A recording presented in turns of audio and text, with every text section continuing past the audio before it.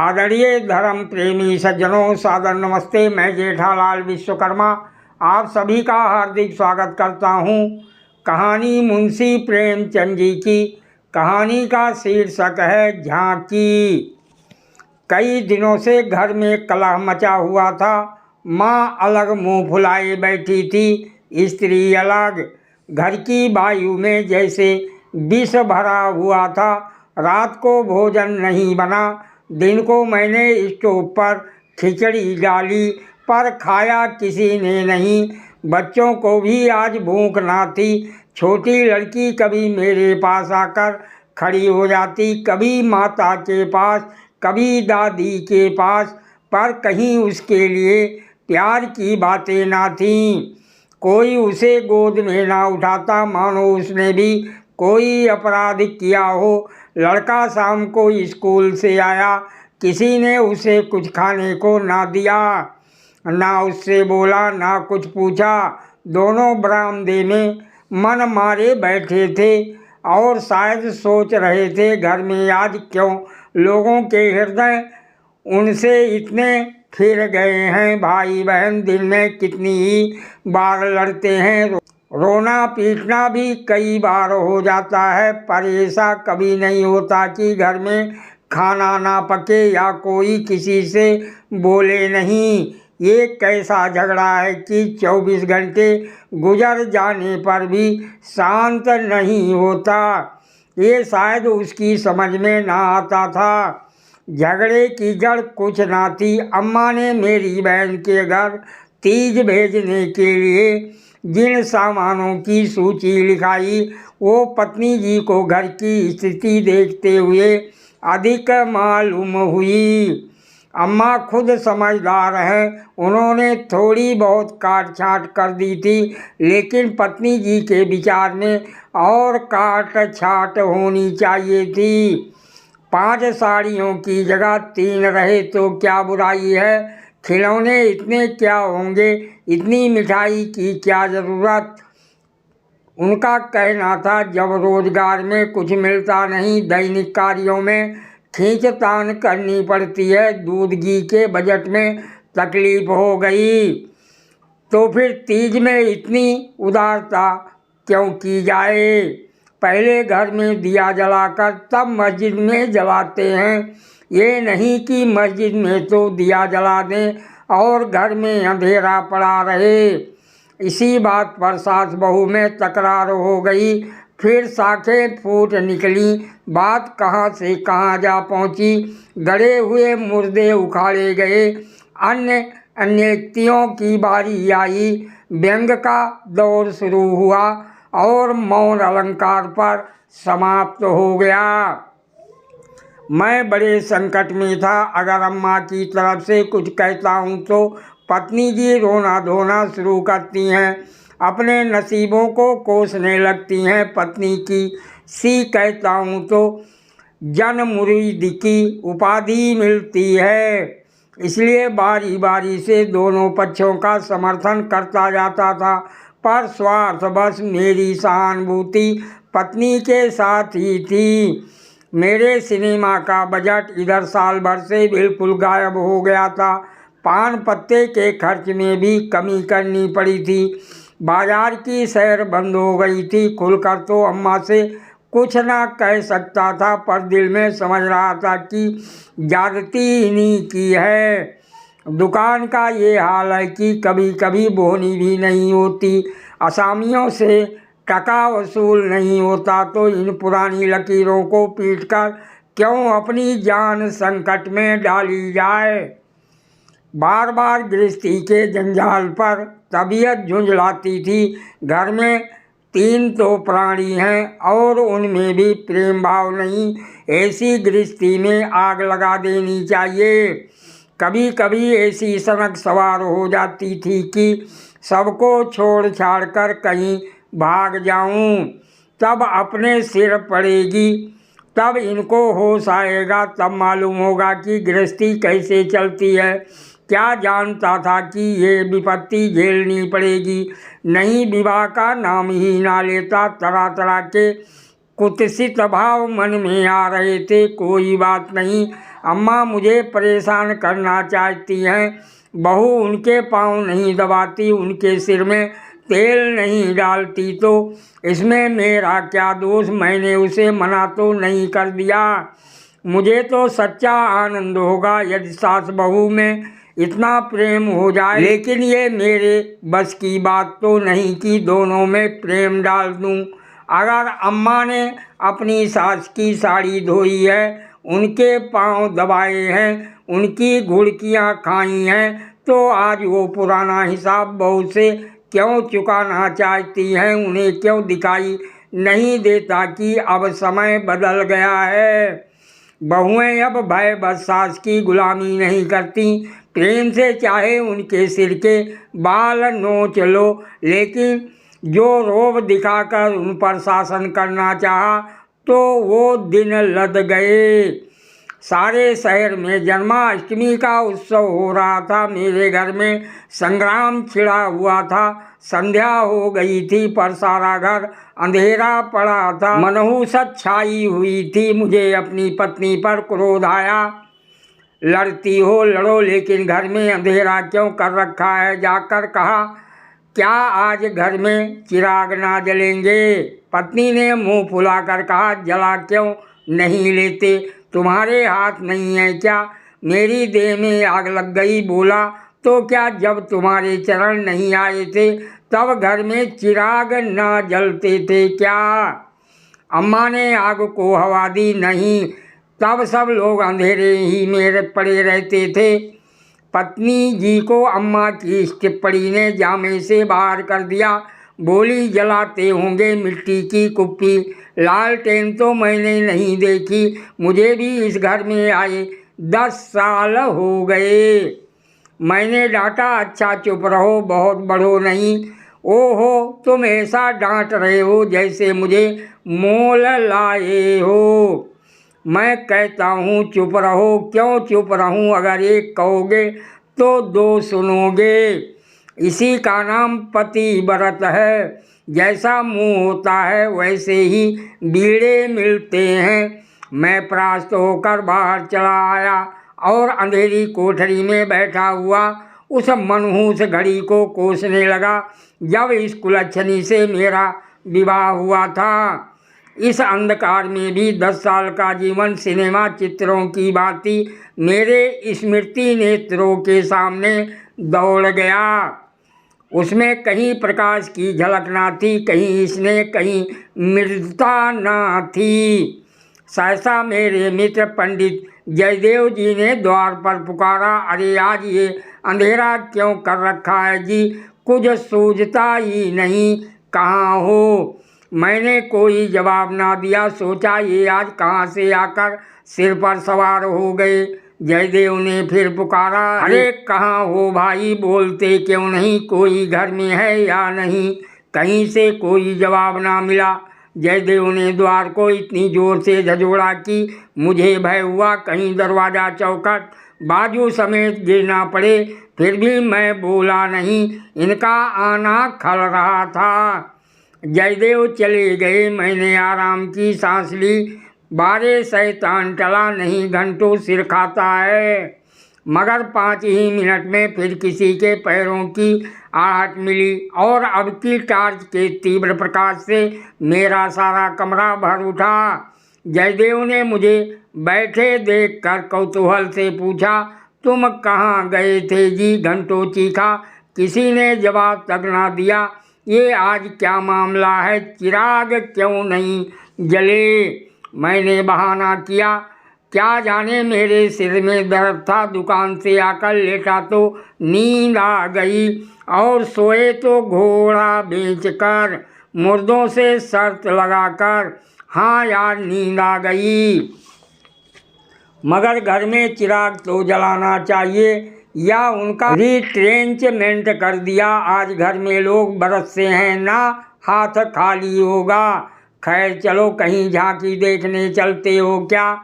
सेठ घूरे लाल के मंदिर में ऐसी झांकी बनी है कि देखते ही बनता है। ऐसे शीशे और बिजली में सामान सजाए हैं कि आंखें झपक उठती हैं। अशोक के स्तंभों में लाल हरी नीली बत्तियों की अनोखी बहार है। सिंहासन के ठीक सामने ऐसा फव्वारा लगाया गया है कि उसमें से गुलाब जल की फुहारें निकलती हैं। मेरा तो चोला मस्त हो गया, सीधे तुम्हारे पास दौड़ा आ रहा हूँ। बहुत झांकियाँ देखी होंगी तुमने, लेकिन ये और ही चीज़ है। आलम फटा पड़ता है, सुनते हैं दिल्ली से कोई चतुर कारीगर आया है, उसी की एक करामात है। मैंने उदासीन भाव से कहा, मेरी तो जाने की इच्छा नहीं है भाई, सिर में जोर का दर्द है, तब तो ज़रूर चलो भाई, दर्द भाग ना जाए तो कहना। तुम तो यार बहुत दिक करते हो, इसी मारे में चुपचाप पड़ा था कि किसी तरह ये बला टले, लेकिन तुम सिर पर सवार हो ही गए।